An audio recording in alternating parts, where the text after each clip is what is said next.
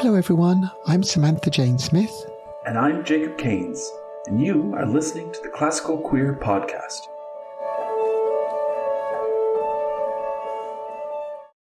Hello everybody, and welcome to the Classical Queer Podcast. Today we are so very thrilled to be joined by Kebra-Seyoun Charles, who is a bassist based in New York.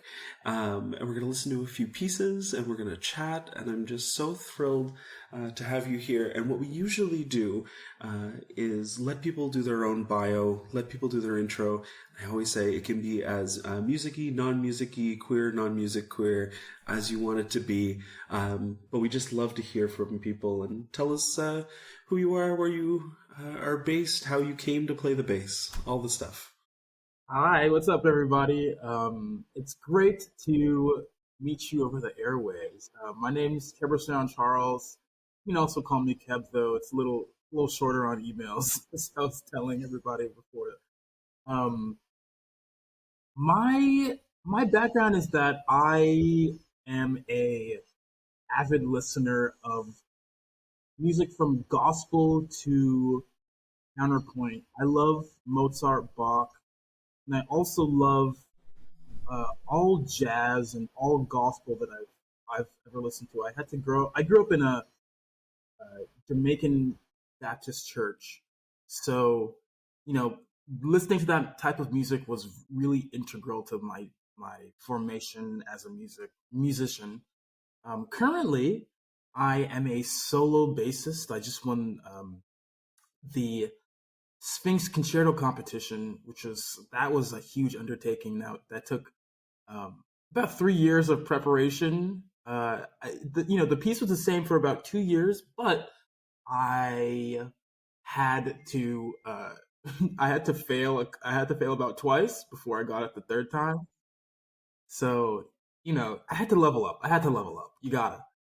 Another thing about me is that I love anime, and I also love bodybuilding. I got COVID during the Omicron surge, and I was like, this sucks.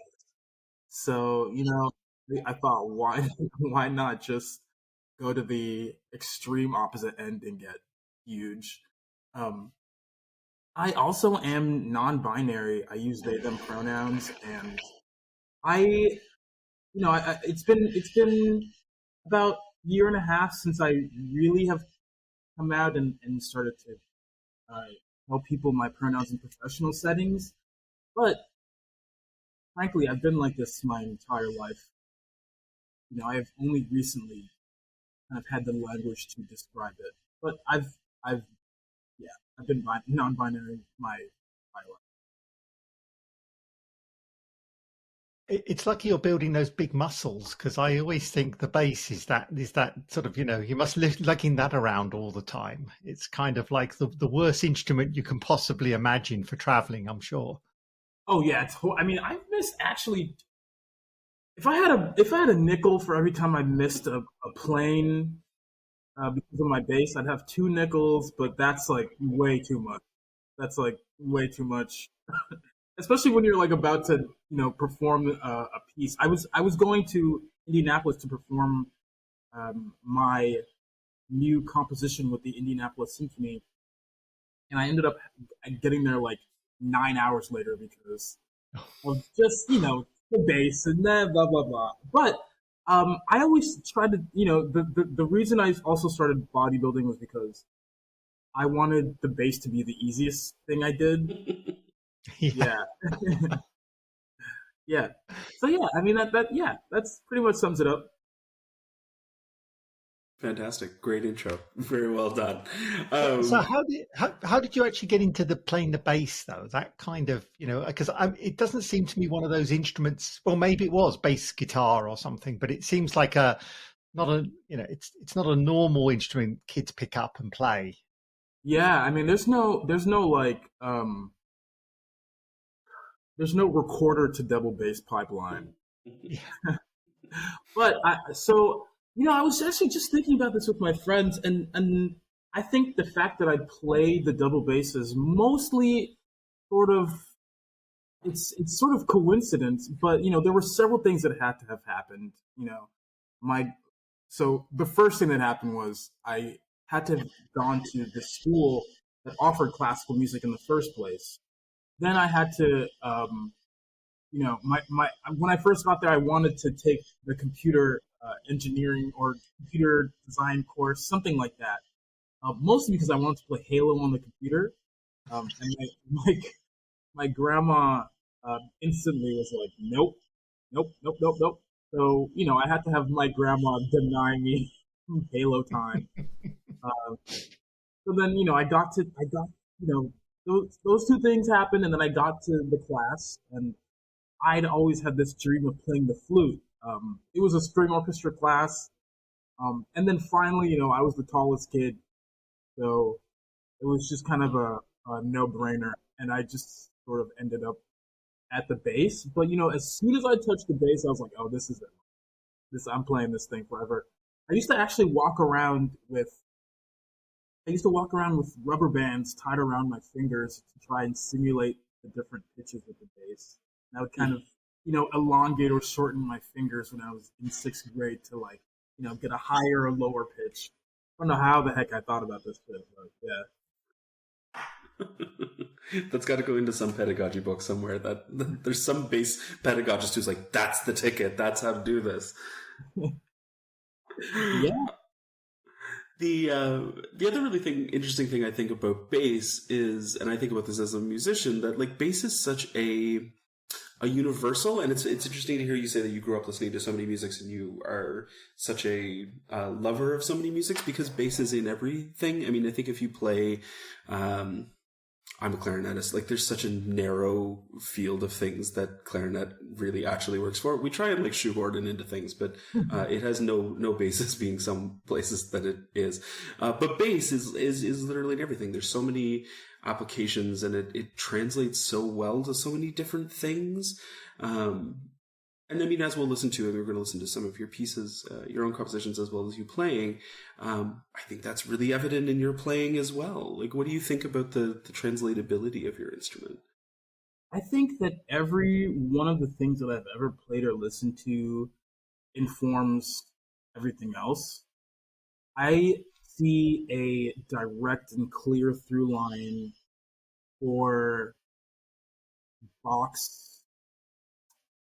figured bass lines in all of his pieces to walking bass lines in any jazz standard. I think it's the exact same thing. Obviously, set in a different musical context, and then even there's the whole like concept of playing swung, and then in really early Baroque style, it's called inégales. It's the same thing.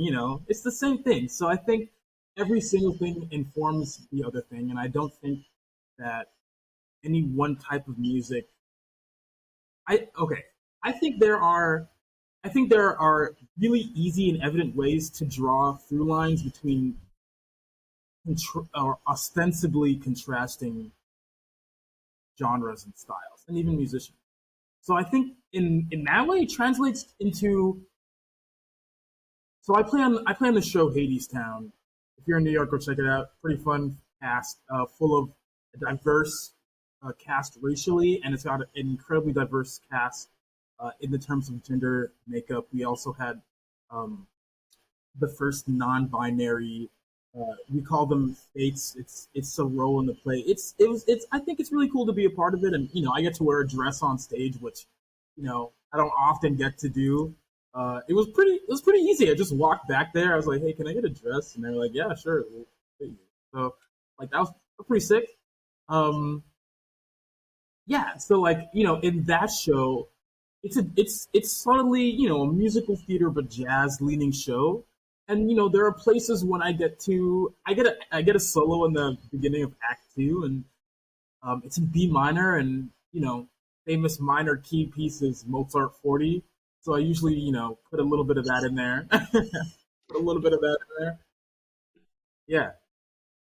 Which, like, I'm sure Hayes Mitchell would appreciate. I mean, knowing the way she writes, that probably makes a lot of sense for a number of reasons. So how long have you been playing with Hadestown? it was certainly a huge adjustment. I'm used to like shedding Bach in my little tiny New York apartment for about 2 hours at a time, and really just like dialing it in, and at a certain point, not looking at the music, not playing exactly what's written, because I think that's what any good musician realizes, is that you don't always have to play what's written, and in fact, the composer is asking you, is begging for you to impart some of your own musical ideas on their piece. Um, but the thing about Hadestown is that I gotta play. I gotta play. So like I think of it as like an orchestral excerpt. Like I think of it as adjacent to like playing orchestral excerpts. You gotta like you gotta nail it 100% of the time, every time, under any sort of pressure or duress. And that's not a skill that I developed until I started playing on Hadestown and having to like play the same show each and every time, the exact same way, in a way that the band, the audience, and the singers, least of all, would not get freaked out about. I couldn't just improvise my own lines, which I did a couple times. I got, I was I was alerted pretty quickly that that's not that's not cool. But yeah, I mean, it was a pretty steep learning curve, but I'm honestly pretty honored to even have been called to collaborate with such amazing musicians. We should listen to a piece. So you sent us kind of a few different things. I would love to listen to the Mozart first, because well, maybe I'll let you kind of prep it for people, but maybe just to hear that side of quote unquote classical playing first, and then we can kind of explore a little further. But tell us what Mozart and what transcription it is, and So this is Mozart Sonata 301. I am in love with Mozart. I think if he was alive right now, he and I would be like besties. I think okay, and I don't know if this is sacrilegious or if this is you guys y'all at home can tell me if I'm crossing any, but I think that he and I have similar temperaments. I think we're both like very jovial, silly people. Not, I've got a little bit of time left to catch up to him writing wise. But but I think he's just such a cool guy, and I think the way that he writes is um rhetorical, and I mean that in the most literal sense. It's like it's very spoken. It seems almost um like a spiritual that I it seems like spirituals that I'm very familiar with as a child, and it also feels like someone speaking it. It feels like just like a regular pattern of speech. Like for example, he always does these little rhythmic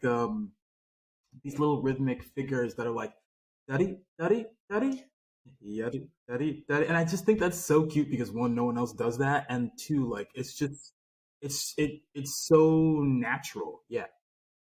So I think that's what I try to bring out in this performance. I love the idea of Mozart being cute and being best buds with Mozart. I think that's kind of just lovely. It's I think that just says something about what you put into the music. I mean, it's kind of the fun and the sort of breaking down what the traditional stuffiness that we see in a lot of classical music, and that's what I really like. It's this kind of like, yeah, let's throw it out. Yeah, I'm best buds with Mozart. I can do this. It's kind of, for me, it's kind of a nice thing. I think that's really, really fantastic to see. Thank you. Yeah, I mean, like, okay, people that, and we can get into this after, but people that I think that, okay, so my favorite, and it's kind of like, I'll be the first one to tell you classical music needs to diversify, but then at the same time, like, I've been listening to like Mozart, Prokofiev, and Bach. Like, I think we as classical musicians, as queer classical musicians, need to I think we need to reckon with the fact that we're playing this music and so devoted to it. But I don't know if that specifically precludes us from enjoying it. I just think we need to be vocal and honest about the juxtapositions of our identities and the identities of the people whose music we're playing. But yeah, we can talk about that after we listen to this Mozart. Let's listen to Mozart.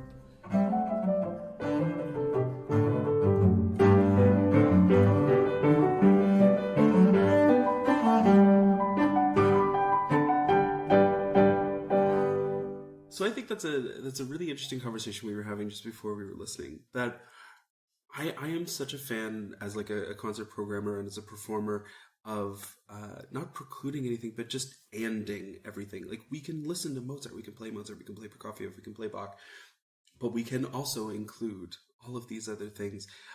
My general ethos is we need more music to be happening in general, and so we don't need to axe anybody unless they're like deeply problematic and should be axed. But we can play everything. We can play more things. We can play Mozart included with other things. And so I'm really happy to hear that you're a lover of Mozart still, and that you really want to play more Mozart, Prokofiev, Bach, Brahms, everybody, because I think there is room for even more. I'm curious what you think about, and you started to have the conversation a little bit about like contextualizing and having a conversation and having maybe a framework around including these people, because there is still something to be said for the conversation of diversifying classical music is still a complicated and messy one. But I'm curious what your thoughts about like having that conversation is. So let's see. I think that so the ostensible reason for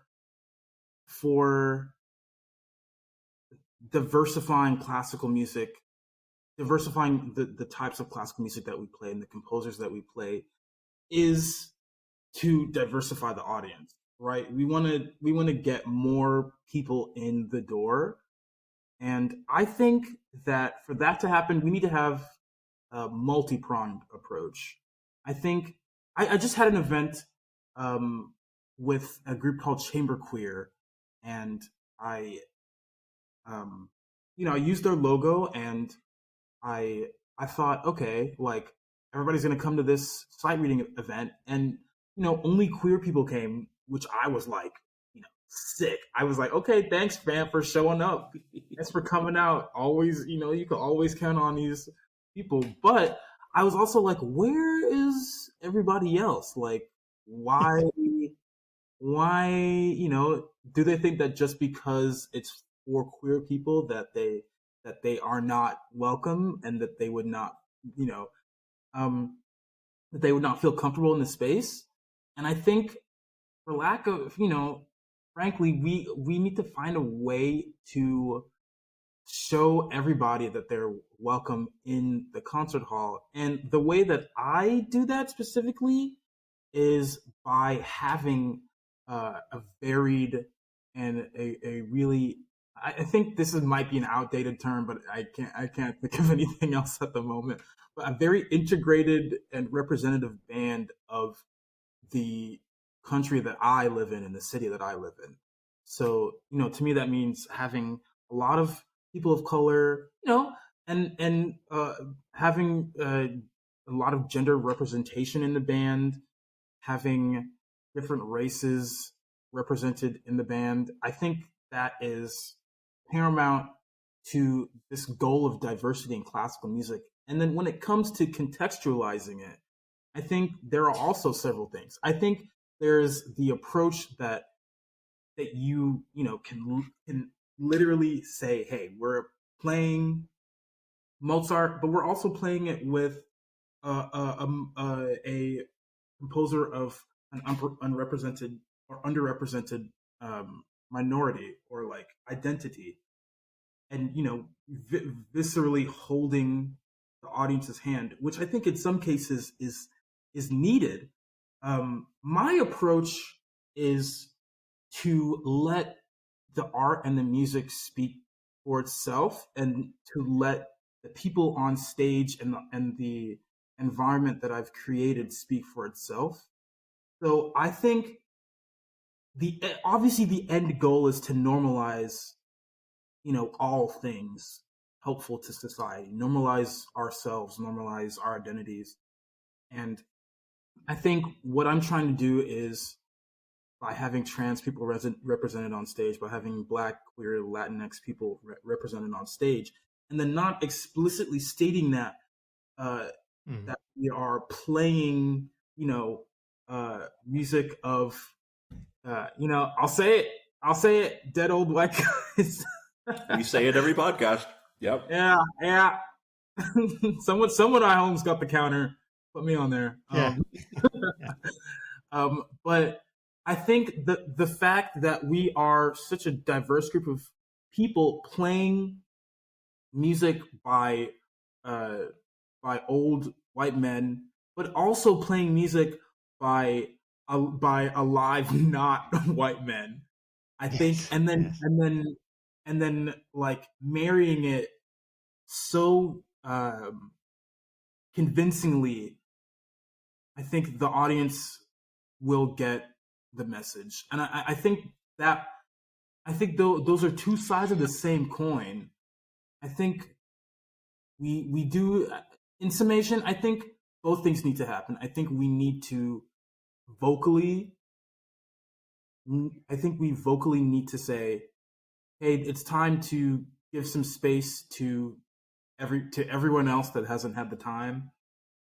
But it's also time to, present those pieces alongside the canonized repertoire to show that it is the exact same thing. I mean, a pet peeve of mine is when they'll perform, the first half is like, a throwaway piece, and then they have like Florence Price, like a 5-minute piece, and then at the end they have like a 50-minute like Beethoven symphony, or like two, like it's like they put one person of color haphazardly, and they're not like actually showing any like forethought, and it's just like, come on, like at that point I would rather you just not program it. Yeah. It's kind of thinking, who can we throw in? Who have we got? Let's just put somebody in as a token at the point, and it's kind of meaningless, really. Can I ask you one thing though? I mean, we've talked about this before, that, being a queer person, you bring something special, different to your music. Mm-hmm. I mean, you can see that from your performances, but from your perspective, what do you think you bring? This is a hard one for me. Let's see. What do I bring? I think I bring joviality, and I think I bring a level of approachability to the music that is not often seen, and especially not seen in the highest levels of classical music. I think, my mission as an artist is to make classical music rise from whatever percentage of people listen to it now. There's been varying reports. Some say 10, some say 1. I'm gonna say 1. from like 1% of the population to 25%.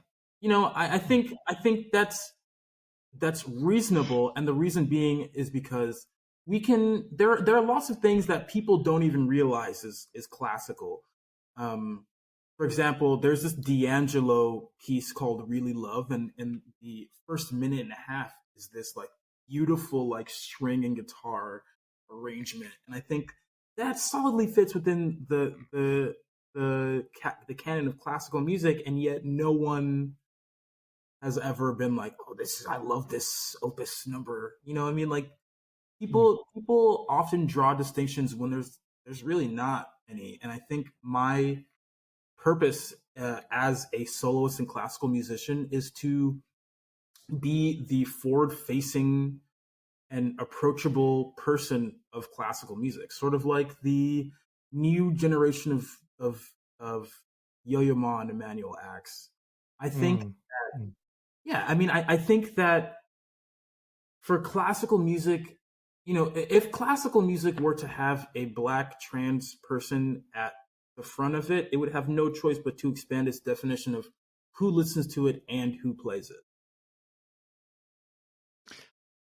I think this is kind of, we've kind of seen. I mean, I live in Sweden, and one of the key Swedish people in opera is a gay man, and he's very flamboyant, and he's widened the audience to opera just because of who he is. He's brought in a wider audience, and it's kind of interesting. I think every time you see somebody different to the white male, you suddenly expand your audience by 10% or 3% or something, and it kind of it kind of brings that new energy when you start seeing other people in the audience. It used to be, everyone was white and 60, and now you start to see younger people, and you start to see the more diversity. So it's I kind of think you're right there. It pulls in this extra people into the sphere of influence, as it were. Yeah, and I think well, one, that sounds freaking awesome. Honestly, like okay, if I was gonna there are a couple places in Europe I would totally just pursue classical music, and I think Sweden is one of them. I think Germany is certainly one of them, and Amsterdam. Those places seem like just loads of fun and look like they support classical music in a way that, frankly, it's going to be a little hard to get people over here across the pond, as you say, to support. I tried Germany. I think to me, Berlin, I don't know, Jacob's probably got a view on this, but I kind of think Berlin is kind of one of the exciting, diverse places for classical and, to be honest, lots of types of music. It's getting like the old Berlin types of things. And I think that's a fantastic place. If you ever get a chance to go there, I think it really has that kind of, it has some excitement and vibe, which I think Amsterdam and Stockholm don't have. So Berlin, I think, would be a fantastic place. I like it. Jacob, have you been to Berlin? A little bit, yeah. And I have a friend who lived there for 2 or 3 years and worked as an artist. But I think what was really fascinating about doing these interviews and talking to people from around the world. I mean, we talked to people from across North America, the States, Canada, but also Australia, Europe, and around. It's so funny and interesting, the perception of what is support for classical music. What's that kind of tipping point? No one has achieved it. We've yet to talk to somebody where somebody's like, oh no, my country is massively in support of classical music, and I think we have too many people listening to orchestral music. I think no one has said that.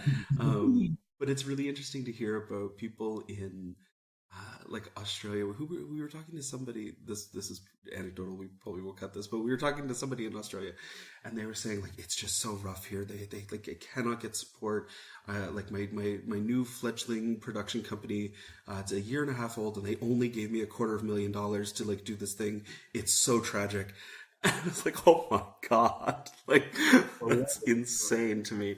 But it's just such a funny sliding scale that everywhere is so different, that the sphere that you live in is just the sphere you live in. And so, well, I think what it translates to is financial support from your government, because I think it's pretty clear that the quote unquote higher valued members of society get more money for their jobs. Mm-hmm. So, it's essentially communicating to artists that we're not valued members of society, which I think is pretty bogus, because everyone consumes some sort of art at some point in their life. Unless you live in a sterile box, in which case, let me know where that is, because I'm trying to move from there. But it's true. We have such a performance and arts heavy society across the board that you're right. We the representation our government pushes towards money is their way of saying what they do and don't value and support. Anyway, what were you going to say, Sammy? I'd just say we can go down the political route here and discuss all the things that are wrong in the world and what the three of us would do when we're in charge, if you really want. Okay, this is what I'm doing. Everyone has to listen to the Bach cantatas every Sunday.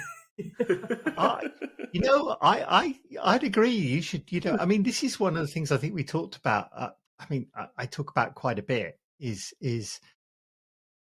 that a lot of people just don't even. It doesn't even come across their visibility anymore, classical music, you know, and it's just not even in the language.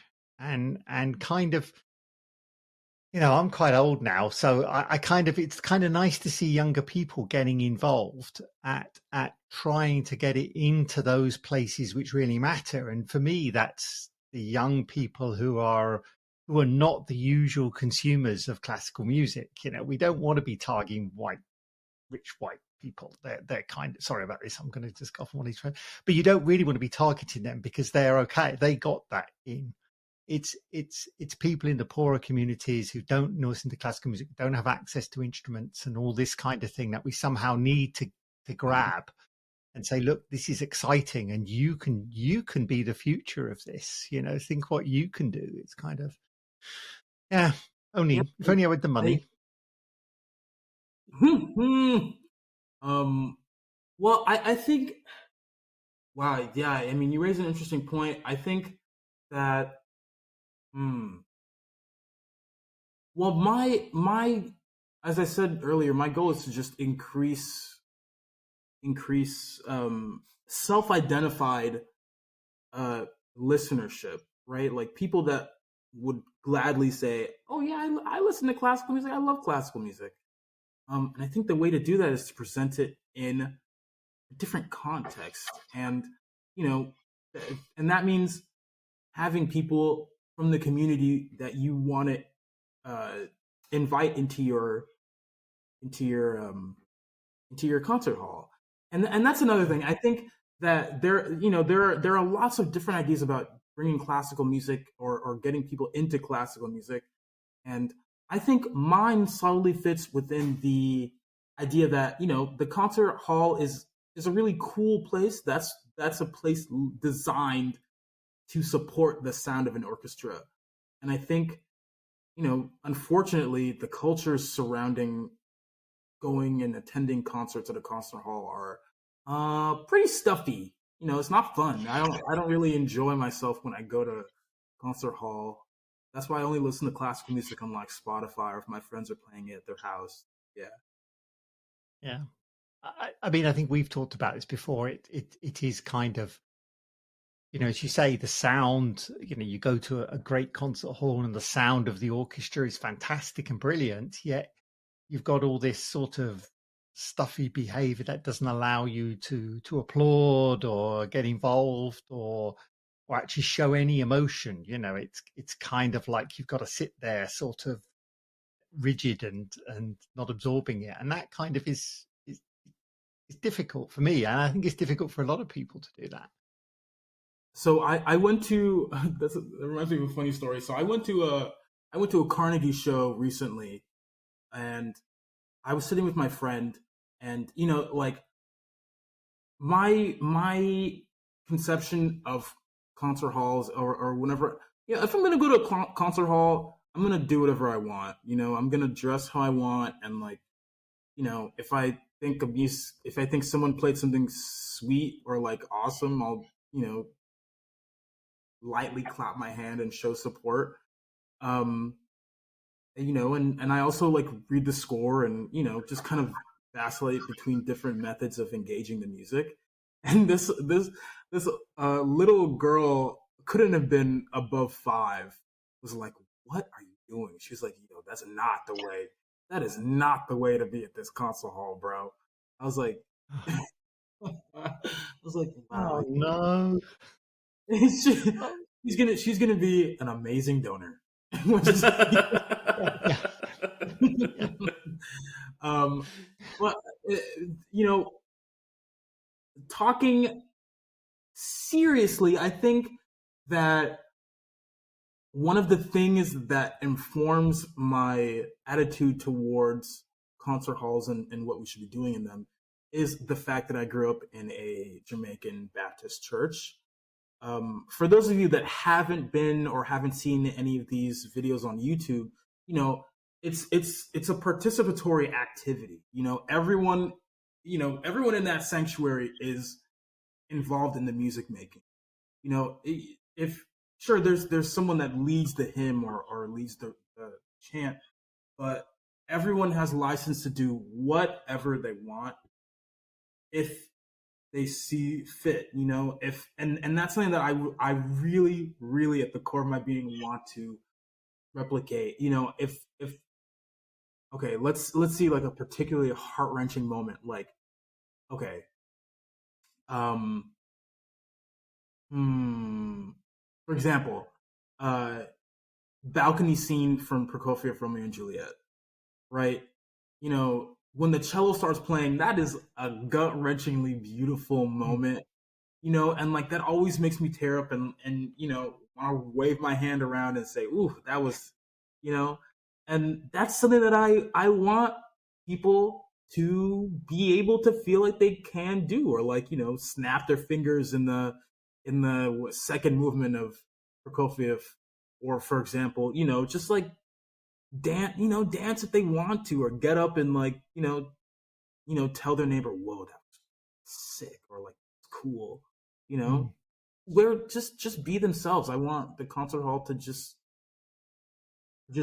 be inviting and be a place where people feel like they can actually come as they are.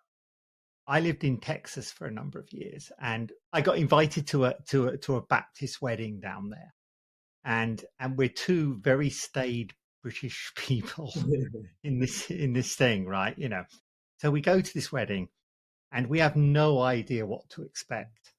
And we're like, we're used to a British wedding where everyone is sort of sat like this, and you get up at a certain time, you sit down at a certain time, you do this at a certain time. It's all choreo, it's all very thing. Anyway, we went to it, I had no idea what was going on. But I have to say, by the end of it, everyone was standing up, dancing, and all this. The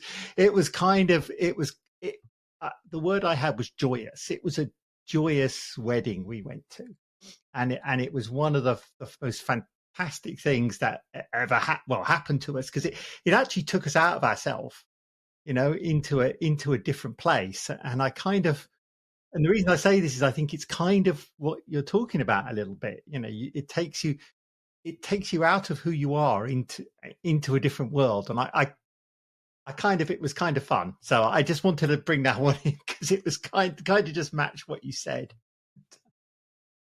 That's what I mean. That's what I want to recreate. Like, that's what I want to, at least in my concerts, I want people to sing along, clap along, dance along if they want, whatever. I mean, same conversation though. I mean, one of the other pieces you sent us is participatory. There's an element of like interaction with performer and audience, and I think that's always fascinating what happens. But it also really speaks apparently to your ethos as a musician as well. So maybe that's the next one we listen to. Do you want to tell us about? This is your composition. This is your piece. Sure. So this is something that I wrote, like 2 or 3 days before my graduation recital from Juilliard. It's called "Dating in New York." It's incredibly. I think anyone that has ever dated or dated in New York knows that it's just it's full of ups and downs, and it's totally unpredictable, and it's just crazy. And I wrote this piece to sort of simulate, how I feel, interacting with queer people in New York, people that my community, how I feel about them. And then the participatory, so there's two parts. I don't know if you're going to play all of it. But the first part is, I think for us to engage other audiences, they need to know who's on stage. So I wanted to introduce my besties, and my collaborators and amazing musicians that I learn from every day. And then the second one is the audience participation part, which people, whenever I do this sort of thing at concerts, people are always really nervous about, like, are they gonna like say anything? Are they gonna sing? Are they gonna sing with us? Yeah, they will, because people enjoy music, and you just have to be convincing, and people are on your side. If you're on stage, they're there to listen to you. They're there to participate in your performance, and I've always found that you can get people to sing or participate in your performance incredibly easily. That's what but you know what? Maybe that's my specific superpower. I think that says something about you, Keb, to be honest. I think you just sort of just have this. I mean, we'll listen to the piece, but fabulous rapport. I mean, I think that's the thing. You managed to build the rapport with the audience, which I think is not a skill that everyone has, certainly. So, oh, thank you. So let's take a listen to that. Dating in New York.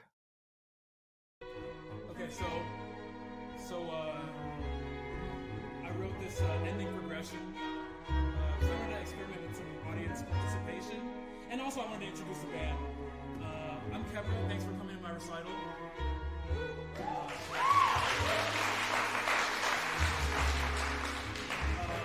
Then we got Gabby on the violin. Give her a big round of applause, please. Coco Me on the violin as well. Alice Gonzalez. And Issy Ignacio on the viola. Zuki Hayakawa on the cello. And Seymour on the bass. Give him a big round of applause, y'all.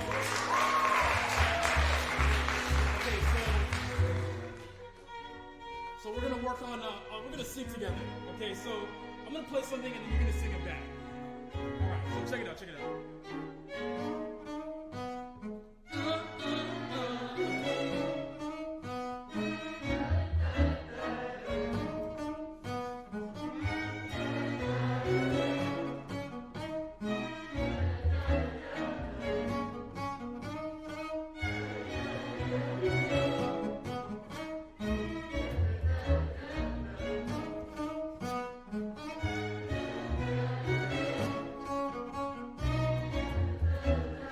Good job, y'all. All right, so that's it. You guys can leave now. I'm gonna go. You guys can walk in or dance to this if you want. Okay, thank you, everybody.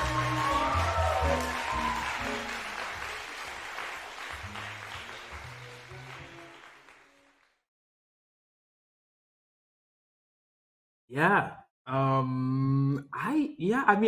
That song. So like when I play at the end of the recital, that I just played. What did I just do? I did a concert of Schnittke, Sweet in the Old Style. I love neoclassical music. I also did a John B. Hedges concerto called Hymn and Praetia, which is a gospel-based concerto. I also played the Fourth Suite. And this is exhibiting marrying these ostensibly contrasting ideas and things right next to each other, and I think that is the central part of my musicianship. But yeah, I mean, at that point, like, I wanted people to just be like dancing out the concert hall, and that's I kind of wanted it to just be like a, just a nice cathartic release of the evening. Yeah. I thought it was. I mean, I thought that was really great. I mean, because it was what you finished with, wasn't it? It was the last thing you did, and then you said bye to the audience. I think that was kind of like as you say, it kind of decompressed everybody a bit, and they went away with a smile and a laugh, and that I think was really, really nice. So yeah. Yeah, I mean, that was the point, is to kind of, I mean, I do not want to. I want to take down the barriers of classical music. I think, like, for a little, like, non-binary kid with, whose parents were not into classical music, I had to interact with a lot of people who were not approachable. And like, I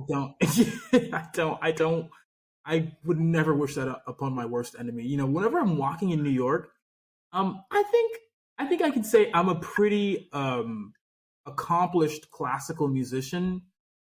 I think I know exactly what I'm talking about. And, I smile at anyone with a violin or cello or viola on their back, and they always like look away, and they're always like, who is this? Like, I'm like, oh, okay. I mean, it's just like I just really want to. If people really cared about inviting people to the concert hall, they would smile at Mm. people walking by and people who seemed interested in their lifestyle and their art. And that's what I do. Although I will say, um, I am nearing a limit to the amount of times people will ask me if I wish I chose the piccolo. Uh, come up You guys come up with a new joke, I will gladly laugh. Yeah, it gets boring. Yeah. When did you? I mean, I don't know if we touched on this, but okay, you had a family that wasn't into classical music. So, how did you hear it? When did you first sort of? Did it come into your vision, as it were, your ears? So my grandma always put on a classical music radio station. So my grandma like always put on NPR and the classical music radio station. And although she wasn't into classical music, she is an incredibly smart woman, and really knew what to expose me to. And she kind of, I think she just kind of got lucky in that all the things she exposed me to, I was like immediately drawn to. I'm sure that does not happen to every single person, but I and her, she and I also lucked out pretty hard. I also learned music from the New World Symphony in Florida. They were I would say, one of the strongest influences on me musically. I also went to school at the New World School of the Arts in Florida, and in tandem with lessons from New World Symphony and getting to play music every day at school, I think that's where I kind of went into my own. And then I when I was in middle school, when I'd been playing the bass for about 2 or 3 years at that point, but when I was in middle school, I was listening to the Brandenburg concertos on repeat every day, like one through six every day. There's a sign of a misspent youth. Yep. Tell me about it. My favorite. Okay, sidebar. My favorite. My favorite movement of that is movement 3 of Concerto Number 4. That is like, it's the one that goes da dee da da dun da da dun dun ding dun dun dun. I mean, that is like that makes me think like, okay, these people were certainly trying to get me to dance. Bach was trying to get me to like get up and throw it around. Uptight Lutheran Bach was really ready for you to dance. Yeah.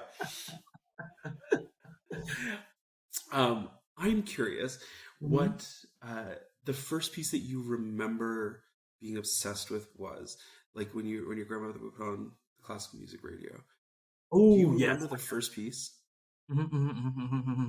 Respighi Ancient Airs and Dances. Ooh, that's a good one. Yeah, it was on the radio, and I was like, "Yo, what is this? This is cool as heck." It was like, I don't even remember what movement it was, but I just was like, "This is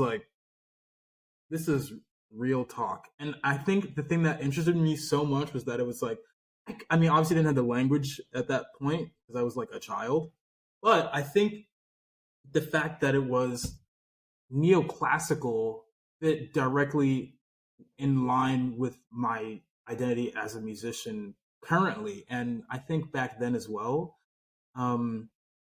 The fact that it was like really early chord changes, going from like 1 4 and just moving up and forth and stuff like that, but it had this like very like large orchestral and like complex texture. I think really interested in me. Yeah. That's a good one. Not many people would say Respighi. That's a good one. No. Yeah. Sammy, what's yours? Do you remember? Yeah, I do actually, because my mum always she had one record of classical music, and so when she ever played, every Sunday she used to play the same thing, and it was always Tchaikovsky's First Piano Concerto. Mm. so that kind of is kind of the bit you know, I just remember that it's kind of from my childhood. So you kind of have a love for it, you know. So Yeah. it's a bit cliche, but you know. How about you, Jacob? My grandfather was a huge Rachmaninoff fan. Mm. Grandpa was like not a musician in any way, shape, or form, and he also had about 5 classical music records. Um, but one was Rachmaninoff ballades and piano pieces, and so he would put that on all the time. And so I remember the G minor Rachmaninoff. That's my first one that I really loved. Yeah. I think the thing with only with my mum only having one classical music is he always had this very strange counterpoint of having something classical, then it would go into some rock and roll and some Elvis Presley or something. It would come back to Tchaikovsky again. It was kind of a very mixed sort of musical upbringing, I think. Oh yeah, I mean, you were talking about hearing Elvis Presley and then Tchaikovsky. Mm. That's like sort of what my playlist looked like. Like my playlist looked like, okay, let's see. I'm gonna just. This is a normal. Let's see. This is a normal listening like range. So um I have Prokofiev Symphony Number One, and then I have like D'Angelo. I also listen to a lot of house music. So like what? So the order goes: Concerto for Five, Tommaso Albinoni, then Dancing with Elephants by Rochelle Jordan, just like a huge like dance piece. And then Love Thing by the Whispers. It's just like a very eclectic thing. Yeah, I think like all those things inform each other, and frankly, they all have the same groove. To me, Mm. Mm. to me. Nice. So we've got another piece to listen to. Would you like to introduce that one, please, Kebby?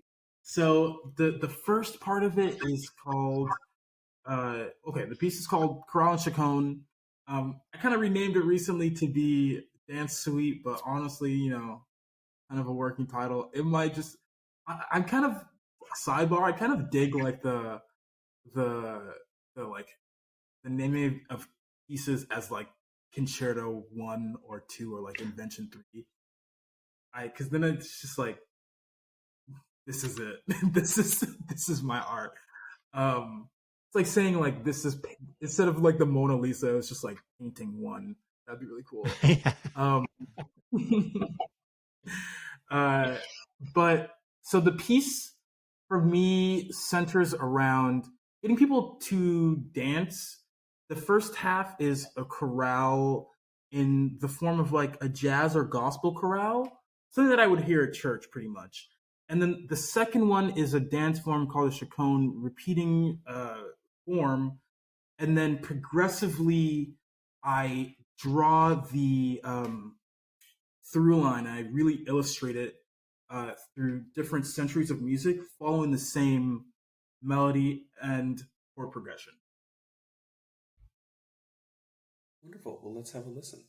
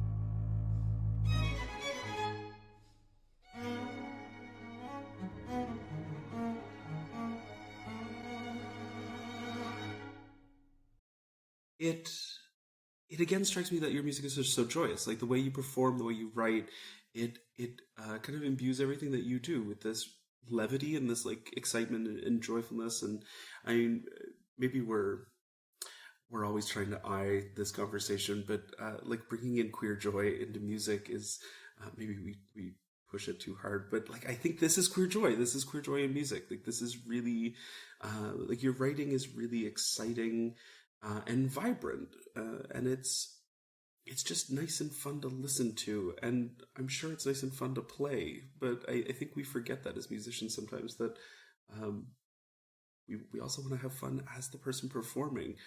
I think you have fun when you play. I'm assuming that that's correct. Does that feel correct? Yeah, I'm going to be honest. I don't enjoy practicing, but I do it every day. However, my favorite part of this career and art form is playing and connecting for people. Mm. It all pays off when I go on stage and I get to like, it's just be stupid on stage. Yeah. It's an underrated feeling. I think many musicians really don't allow themselves to feel like fun and stupid on stage. I think it's really a thing we need to embrace more of. Yeah, it's a really joyful thing. I am just so happy that we got a chance to talk with you today, Kev. It's so nice to. I mean, one of the beautiful things about this podcast is that we get exposed to everybody's different spheres in music and creation and performance. And every time we chat with somebody, it's so nice to expand our bubble. Like it's so nice to hear what people are up to and share it with everybody else. I mean, sure, it's interesting for us, but one of the main points of the podcast is to expose everybody around the world to like queer music making. And so thank you so much for sharing your music. Yeah, I loved, let me just say, I loved that third piece. I thought, and it's your composition. Yeah. And it was really just, as Jacob's already said, full of joy and full of fun. And it was just, for me, it kept moving all the time. It just wanted, it was never stationary. It always felt like we were going somewhere new and on a little journey. And I loved that as well. And as Jacob says, it's been a pleasure talking to you. It really has been a lot of fun. And hope to hear more, hope to see more. And maybe we'll have you back in a little while and you can tell us how you've taken over the world with your bass playing, double bass playing. It'd be fantastic. Well, of course. And, just a quick thing about the piece is like, that was inspired heavily. I mean, a lot of my music is like trying to get people to dance, as we previously discussed. And as I previously said, I love going out to like house clubs and house music venues in New York, which, as if you didn't know, are historically queer and Black. Mm-hmm. So I think that music is inextricable from my composition. Yeah. It was interesting. I know we're diverting back to the piece again, but I did actually feel that as I listened to it, particularly in the second part, that it had a lot of influences from around the world. I don't know if that was deliberate, but it seemed like it came in. At one point, it sounded very what I'd call American, in the sense of like I don't know, just a very American piece of music, and then it sort of went almost a bit Latin-y to me. It kind of had a little bit of a feel of someone like Manuel de Falla and people like that coming with a bit of that kind of rhythm and this, and that was really nice because it sort of morphed its way between them. It was lovely. Thank you so much. Well, I mean, I'm glad to just be able to share my music with people in general, and I'm glad that you all liked it. That means a lot. Yeah, we loved it. Yeah. Well, thank you so much, Keb, and good luck in the future. And I'm sure we'll be hearing more from you. Thank you.